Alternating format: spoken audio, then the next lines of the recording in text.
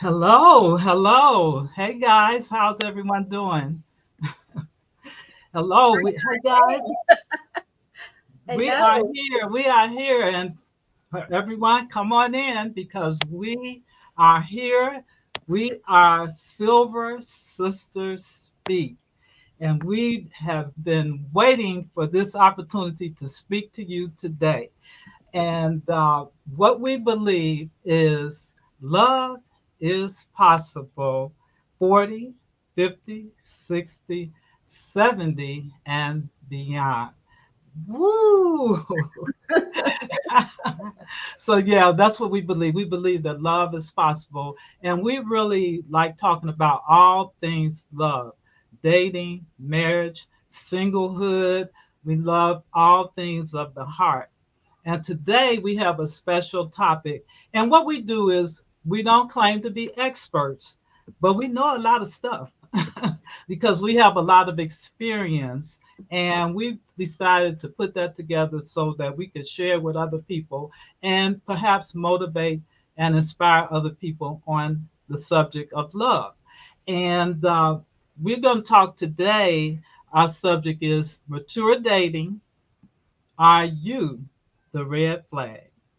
Mm-mm-mm. Let's think about that now. Are you the red flag?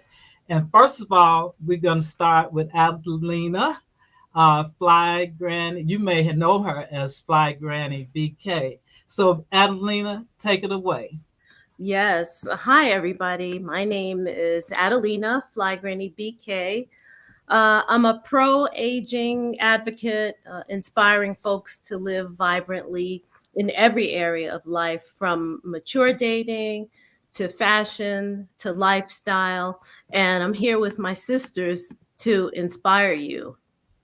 And I love this topic.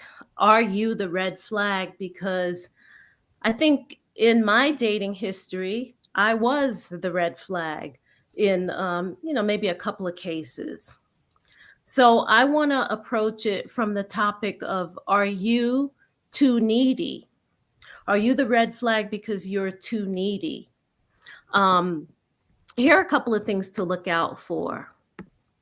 Number one, being so needy that you constantly need like reassurance. Neediness can manifest in the form of seeking, constant validation from your partner, constantly asking if they love you, um, seeking validation for your actions, um, finding about their commitment. I'm talking like early on, you don't want to get too deep in that. Occasional reassurance is normal and healthy in a relationship. But if it's too excessive, you can put somebody off and it could be draining for both partners. So, that's a form of being needy.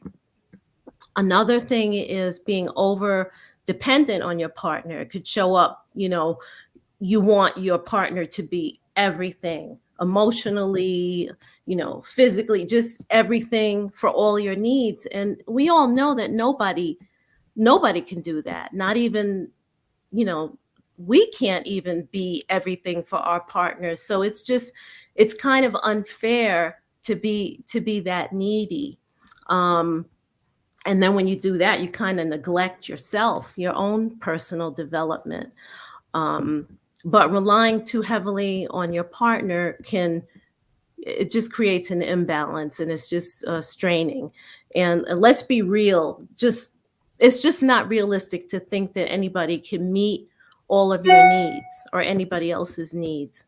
Another thing is fearing abandonment. Um, some people are real needy because they want to hold somebody so close. They're always afraid somebody's going to leave them. It leads to like a clingy behavior. And it's just not fun being around somebody so clingy. It's like a little desperation uh, in that behavior, constantly checking on your partner, like where they are, worried about their phone, who they're talking to. Now, if they're on the phone all the time, I'd be suspicious too. But just be realistic, and being anxious when they spend time apart from you, and just letting them know it's kind of off-putting, being overly jealous, unreasonably. Of course, there are reasons, and we all know that there are reasons to suspect, but some people are just jealous of everybody, and friends, and it's just an uncomfortable situation. You want to be close. Uh, you don't want to be alone, but fearing losing your partner's affection, you can become controlling or suffocating, and that can end a relationship. So, those are a couple of things. And then one of the things for me, are you too available? I remember dating a guy that I cared for a lot. Um, but I saw him like once every 2 to 3 weeks. And, I wanted to see him more, but I was just so available. I was just always waiting for him we spoke in between, but I only saw him every 2 to 3 weeks. So apparently he was seeing other women too, but I would wait for him to call me. And when you're in your early 20s, 2 to 3 weeks is a long time, but I would always be available. But now, I was really digging him. So, of course, I was always ready to jump. Whenever he called me, I was ready to jump and go out with him. So what happened? Like my sister Traci always says, you kind of train people how to treat you. And I was always available. So I kind of trained him that he could just call me whenever and I would be available. But now I understand that men, they like the chase. So there's nothing wrong with not being so readily available. I mean, you don't want to blow your chances, but it's okay to be a little busy, or if he hasn't called you in 2 or 3 weeks and wants to go out today, how about tomorrow? Or I have something to do, maybe we can, hook up then. The less available you are, the more, I think, the more desirable you are. Let me know what you think, ladies. Just like he was doing to me, I didn't see him. So, I didn't see him very often. So I was like, oh, I'd like to see him more. So, we can practice some of that, in a nice kind of way. And also validating yourself and your time, and having him respect your time. You're worth it, right? You have a life, and you're not just sitting around waiting for him to get around to calling you when he feels like it. So now I know better. So these are just a few red flags, and let me know what you think. I just think that those are a few things that are like a little needy behavior. And, I've learned through the years. And I'm tossing it to you, Traci. What are your thoughts? Thank you so much. I love the part about allowing a little bit of space. They say that absence makes the heart grow fonder. Why not have it work both ways? It's not about playing games, but to your point, respecting someone's time. Hi, by the way, everybody. I am Traci Byerly, and I am unapologetically gray. I help women and men to create a confident, prosperous attitude about growing older so they can master the art of aging unapologetically. I'm coming to you today about staying away from projects, and I'm not talking about locations. I am talking about making somebody a project and you being somebody's project. Hi, I was that red flag on both situations, so I can talk about what I know because I was the red flag. Let's start with making him a project. It's one of those things where I was young and I had the job, the home, the car, the money, the freedom. And oh my gosh, I'm so tired of being hurt and being dogged. And so I am going to build a man. I'm going to find somebody, because little did I know how low my self-esteem was. I had to go out and get somebody who was a little bit worse than me, and I was going to make him like my daddy who took good care of me because I wanted somebody to match where I was. Well, the problem with that is, and you guys have heard me say this in prior, and if you haven't watched our priors, please watch our priors. You don't attract where you want to be, you attract where you are. Mm-hmm. What I was focused on was what I was lacking, and I was also focusing on, I don't want to be hurt. The problem with that is you're going to attract one of three types of guys when you're being this kind of red flag. First of all, you're going to attract one who is basically going to rob you, take everything that they can get from you because they're takers, and then they're going to shoot the deuces. Or you are going to get a mama's boy who may have either, the mama's boy who craves the nurturing, or let me add this one on, you may get a man who has a severe love-hate with his mother, but still craves that nurturing, and then he's going to rebel against you at every single turn. Or you are going to attract a good man who may be still finding his way, and he doesn't need a mom. He doesn't need a God figure in his life. He just wants a good woman who is going to basically support him on his journey. We've heard that saying, you can lead a horse to water, but you can't make them drink. I love that one that I recently heard. You cannot make them thirst. Mm-hmm. I was the one that would pick up the ones that didn't want my help, but I was going to be that help. First of all, if they don't want the help, or you want things for them more than they want it, you are a red flag for trying to push to make somebody be somewhere that they don't want to be, or it's them. Mm-hmm. Then my self-esteem plummeted even more, because it's like, and me with my bleeding heart, still focusing on, don't want to be hurt, what I'm lacking, now I'm desperate. And if you're listening to someone and they are saying things about you, classic case in point, I don't know why I'm with you anyway, you don't add up on paper, your hair is outdated, your clothes are outdated, and your child is a high maintenance, spoiled brat, but I love you and I want you to see that I can be all these things. And I'm trying so hard. Guess what? Red flag. If someone is saying something, you better listen to what they're saying. Number one. Number two,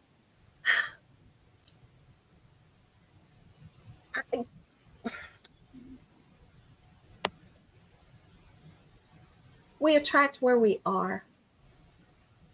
Mm-hmm.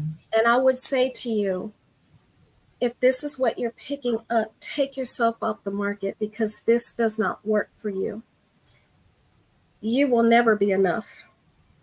Right. Until you're enough in your own eyes. When you begin to see your value, and the only way you're really going to be able to see that is if you get some deliverance, healing, therapy by a qualified person, so that you can begin to learn you and love you. That's what I had to do. And when I began to see value in myself and love myself and learn myself, love begets more love. The best gift that you can give to yourself is to be healed. Then you become a better gift to someone, and you will choose much wiser. Sheila, take it away. Wow, yeah. That's the key. Great. Is you want to be healed. If you still have the Band-Aid on and it's been a couple of weeks, you're not going to get healed. Any doctor tell you to take that Band-Aid off, give it some air so that you can be healed. And we know, are you the person that always is wondering, why is this happening to me? Why am I attracting the same type of person? Is something wrong with me? Mm. And then you're trying to figure out what's wrong with the other person. And I'm not just talking to women, because I've met some men that have the same issue. And you always say, well, what's wrong with him, or what's wrong with her? And they this and they that and they that. But have you ever stopped to think about your part in the relationship? Are you the common denominator? And the Yeah. common denominator in a relationship is a person that follows the same pattern or has the same type of relationships over and over again. It's just not adding up to you, because you're a good woman. You all of that. You work every day. You take care of your home. You take care of your family. But why are you attracting the same kind of people? There was a time, I had a season where that was me. It was truly me. And I called it my blue shirt season. And and it was like, seemed like everyone I was in a relationship with, but it wasn't dating, these were actually long-term relationships, were were police officers. But I'm just going to call, for the purpose of this, because I don't want to hurt anybody's feeling or make people think I'm talking about them. But blue shirts was not for me, and that's what I'll call it, blue shirts. And see, what we do is we get engrossed in the charm, the looks, and we think it's security. In my case, because they had that kind of position, and so we get engrossed in that, and sometimes, and more than often, we ignore the red flags.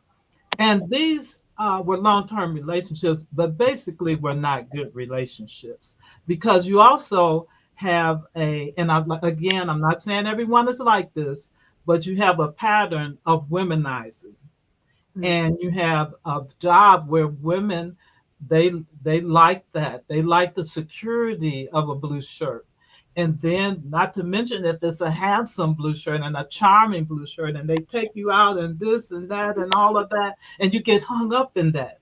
You get hung up in those kind of things. But before you know it, you're going from one blue shirt to another blue shirt to another blue shirt. And one day, in my case, I woke up and I said, what is your problem, girl? You have more value than this. You don't need to be dealing with all this drama. And when we're young, and a lot of times when we're old, because I talk to a lot of people behind the scenes and DMs and everything, we make those type of decisions. And those decisions are not in our best interest. So we have to wake up and say, okay, is this for me? And in my case, I asked God, I said, reveal to me what it is that I need to be doing to not have these type of relationships. And I'm gonna put God in everything, because that's my go-to. And when I listened to God, he said, you don't need any relationship right now. So that was the end. And what made me really know that that was the end of those type of relationships. And one was an abusive relationship that I had actual business with. And that was the hardest thing, because I had to regroup my business and start all over again and everything. But what really made me know that I was finished, I'm at a gas station and I see a blue shirt, and the blue shirt tries to talk to me. And I said, excuse me, but I don't date blue shirts. And he looked at me, and it wasn't like he was mad. He was like shocked. And he was shocked because he was a good looking guy, and he's not used to women saying that. But I knew that I was free, because I didn't date anymore for a couple of years. So you have to learn from those kind of lessons. And as I said in the beginning, those are just wounds that we have. The reason why we keep going to the same pattern, the reason why we still keep going to the same pattern, because we are the common denominator. As you guys said, we keep accepting those kind of things. And until I took off the Band-Aid and I saw that I could heal better without the Band-Aid, you're still going to be in the same position. You're not going anywhere. So the things that I think you have to do is you have to stop blaming the other person. That's the first thing you have to do, is stop blaming the other person. Now, you might have to go back through those things just so that you could see where you made a mistake at and where you could have done better. And I'm not saying that some red flags, they might work out for you, but you have to be able to communicate, and the person has to communicate with you, and you all have to at some point be on the same page. And if you're not on the same page, if you're in a marriage, it's a little different. You got to go through a lot more. But if you know before you get to that point, don't go there. And the other thing is, like, stop feeling like you're the victim. You're not the victim unless you allow yourself to be the victim. So if you allow yourself to be the victim, then that's what you're gonna do. And you can't be, woe is me. Like Traci said, take me back. Take me any way you want me. I'll be there anytime you want me. And then, like Adelina said, I'm needy. I need you. You waiting on them to call. And then some people wind up waiting away their 20s and waiting away their 30s. The next thing you look up, you're 40 and you're 50 and you've never had a good relationship. And in some cases, you never had been married, or you never had a good relationship, or you just never date, and we're going to talk about that even more. But the other thing is your mood changes. You're in a bad mood for everyone. You really not good at work, not good at home, because you've allowed those things to come into your spirit and you haven't removed them. You haven't taken off the Band-Aid. And then you look for other people for advice. And other people can't give you advice unless they've been successful in their relationships and in their marriages. But then that's when Traci said you need to go seek spiritual and professional help. So we have to just be responsible for our own self and recognize that we do have values, and we have to normalize our life. We have to normalize our dating life. We have to normalize our marriage, and you have to learn what to accept and what not to accept, and what you will accept and what not accept. And the things that you want to accept, don't accept them. And you got to learn how to communicate with those people if you want to remain in a relationship. And you have to communicate yourself out of a relationship. And one of the things that I did is I prepared myself to leave the relationship. Because if you prepare yourself, then you know that it's going to be easier than jumping off, and then you still have those feelings. What do you think, Adelina? Yeah, you definitely have to prepare yourself to get out. But a lot of that is what you said, taking that time to breathe and see where you are, so that you say, oh, this is not working, this isn't for me. And it goes back to that just hanging in there out of desperation, right? Another point that you brought up, Sheila, that I liked was that, we're probably half of the problem, right? Like the other person may have their issues, but yeah, a lot of it is us. And for me, I think I speak for, some women out there. I had my whole other life, and my career was together, but my relationships were a mess. And, I went to a counselor, Traci, you too. I went to a counselor with my ex-husband at the time. And, he was, and, after our meeting, I met with him alone, and he goes, okay, so you're okay in this area, your career, everything is great, but relationships have been a challenge. And then that's when I took the time to, like you, Sheila, to sit back, reassess, not have any relationships for a while, look back, pray. And then I became, content and happy with myself. I didn't need anybody else to complete me. Because when you go into relationships, and we've discussed this before, looking for somebody else to complete you, that's a recipe for disaster, because it doesn't exist. You have to be two complete people, or as close to complete, in order for it to work together. Right. And one of the first things I did once I got my freedom, and I mean freedom for myself, I took a vacation by myself. I used to think I needed to have somebody take me on vacation. That's how, what, maybe, I don't know what to call it, but that's how my mindset was, because I'm still looking at that security thing. And the first thing I did was buy me a ticket. I went from Chicago to San Francisco, from San Francisco to LA, had a ball, and I never looked back. Right. So you have to find that point of where you're sick and tired of being sick and tired. Right. That part. And also really taking ownership for where you are. We really can't put it on other people, as both of you basically have alluded to, because at that point, instead of us taking ownership, it's almost like we allow them to become God in our lives, to dictate.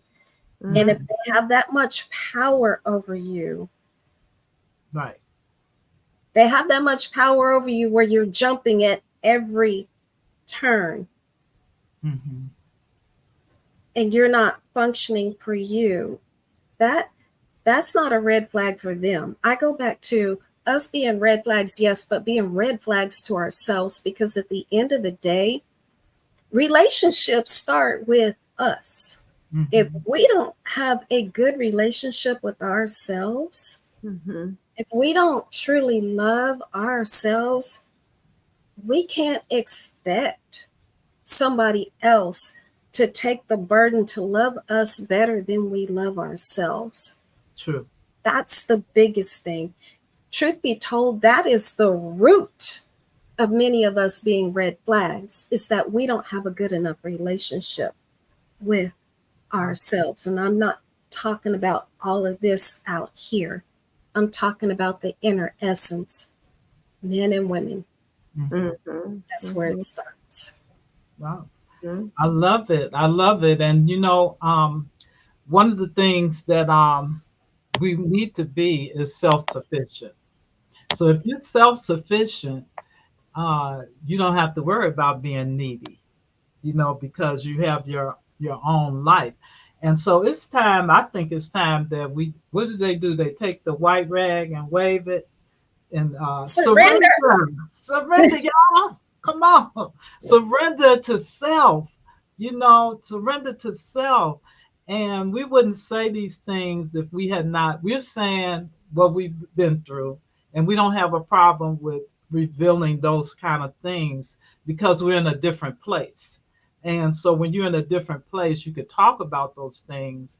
And now I can look back and I said, well, whatever. And then I can laugh, because I thank God for the growth and where I am now. So we really have. I think that's a good thing to talk about, those red flags. So do you have any in our closing? Do you have any last words to leave, Traci? First of all, I did see where someone did have a question about therapy. What kind of therapist do they need? And this is going to be real broad, but I'm going to say DM me, any one of us. I'm sure all of us. It depends on where you are. It depends. I would want to know what happened in your past that led you to this point. You might need a therapist for trauma. If you have a Christian background, you might feel better with that. If you don't, it depends on you and where your past has been and where you want to go, what you want to see. I know that sounds broad, but it is so hard to say without knowing Not your knowing. guts. Yeah. I I do have a degree in social work with an emphasis on mental health. My goal was to be a licensed therapist, but coaching is more fun. But if I'm able to kind of talk to you to see where you're at, I might be able to help recommend what might be the best place. Mm-hmm. That's what I Mm-hmm. wanted to share for the person who had a question. And that's a good point. And someone else was saying about being thirsty, that it's not a good look. I think it was Samantha. It's not a good look to look thirsty. And I talked about in one of the other podcasts that we did about being the third person. And it's so funny because I saw an ad on something where people were in a roller coaster, and the first two rows of they were all women, but the first two rows they were like yay, and the third row was like this. So don't be, the third row looks thirsty. They look scared, So don't be the third row, and don't look thirsty. Be confident. Always walk with confidence. Even if you're just dying to meet someone, you're going somewhere, you're dying to meet, but still be confident. And don't look thirsty. That is not a good look. And they could tell men, they can sense out thirsty. Yes, they You could know. sense the desperation, I Mhm. mean, you even see in other women that look desperate. So if we see it, Mhm. the guys Mhm. at least Get Yeah. see it. some help. Get Mhm. just please. If you need therapy, get some therapy. If it's not that serious, get you a coach. Okay. Mm, Yeah. mm. And so one of the things that I neglected to do is to tell people that I am a fitness coach, senior and women's fitness coach, and that involves motivating and inspiring. So if you need to have some motivation and inspiring to get to your next level, I am the trainer who trains the trainer. I am the trainer who trains you to think about the situation, think about how you want to look, think about how you want to feel, and then you could go on to do the other fitness and health things. And I think as well as Adelina talks about aging, I talk about age positivity, and Adelina, that's one of her things, and as well as online dating. Mhm, mhm. Yeah, so you can reach out to all of us for that. And I Mhm. just want to say, because I know we do get some younger people that tune in and watch us, I wish that I had somebody telling me this stuff. And I always say that I wish that I had somebody, guiding me, especially in my 20s. Maybe somebody was, I wasn't listening. But if you're here, but if you're here, and you're listening, really take heed because we have lived and, we just want to share some things to save you the heartache. And one thing that Traci said in an earlier podcast is, your list of your 10, 10, 10. I don't want to get all into it, but that's another thing. Once you have a list of your things that you will not tolerate, then you're not going to let other people walk over you. Right. So, that's one of the keys, but that's a whole nother show, a whole nother topic that y'all have to tune And I'll they in. can watch it. also go back. Yeah, they can also go back and watch our other topics. Mm-hmm. They're on all of our social media platforms. So we're on YouTube and Facebook and Instagram. So you could go back and watch our other topics. And if you have other things that you may want us to bring to light or to discuss, feel free to send that information to us. And Please. we thank you for that. And I think if are we, does anyone have anything else to say? Do you have our social media? Um, I don't. Oh no So worries. but we have it. It's on there. Adelina's at Fly. It's on your face. It's Adelina at Fly Granny BK, And Mhm. you're on all social media platforms as Unapologetically Unapologetically Gray. Gray. And I'm on social media as Sheila's Fit 50 Plus. So we look forward to seeing you again. And we've enjoyed this topic, this conversation. And thank you guys for Thank joining you. us. Thank you. Thank you. Hey, let's give a hot second. If you guys can see YouTube, someone has asked how can they follow. If you'll give me a quick moment, I will put, let's see, Sheila's 50, the number. Sheila's Plus. Fit, Ooh, FIT, okay, I'm doing 50 this as the number with 50 50. plus. Yes. Sheila's Fit 50 And Plus. then I'm the putting mine in the okay. Okay. The fly the granny. Fly Granny on YouTube. Okay. And at BK 27. oh, I'm sorry. Yeah, it comes up as the Fly Granny, but you're right. Fly Granny. Everybody's is in there. All right. That's on YouTube. We got to take care of real quick. All right. Got it. The fly granny. Sorry to hold it up, but No, that's fine. Want to That's know fine. where to follow? I'm just putting a it in the newborn YouTube. babe on this social media, on this premium platform. You know what? I think that we could get this a little better, but I'm a newborn babe. Forgive me. Nope, you're good. I got you. Oh, And hey, we- somebody's watching from the UK. Hello, Hey. UK, blessed and free. Thanks for joining. Yes. And 63. All right. Wow. Thank you. All right. Thank you for watching.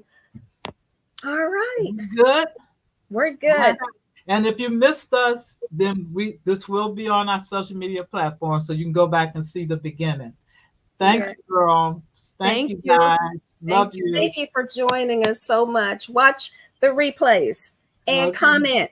Yes. All right. And share. Right. Bye-bye. Ladies, bye. Bye.